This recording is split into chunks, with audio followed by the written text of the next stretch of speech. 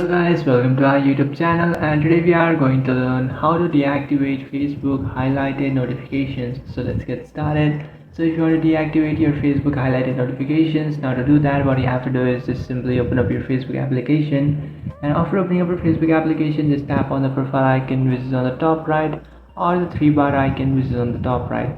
After tapping on that, now what you have to do is just simply tap on the gear icon which is also in the top right. From here just tap on notifications.